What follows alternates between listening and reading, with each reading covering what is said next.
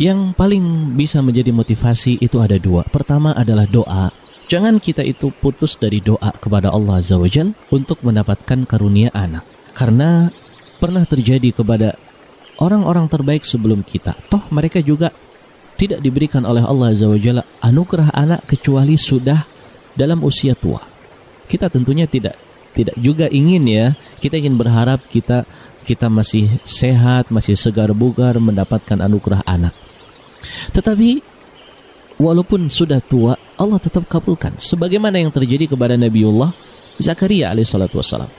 Qala rabbi inni wahana al-'azmu minni wasta'ala ar-ra'su shayba wa lam akun bidu'aika rabbi syaqiyya wa inni khiftul mawaliya min wara'i wa kanat imra'ati aqira fahabli min ladunka waliya. Itu dia. Doa inilah yang kemudian menjadikan Allah mengkabulkan.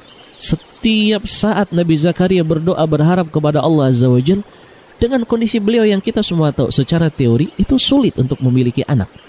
Rambutnya udah putih semua, istri sudah dalam keadaan sangat tua. Tetapi mereka mengatakan walam akun bidu'aika rabbi syaqiyya, dan akan tetapi aku ya Rabb tidak pernah dan tidak akan menjadi orang yang putus asa dari doa kepadamu. Jadi tolong jangan putus asa. Doa terus dan jangan putus asa.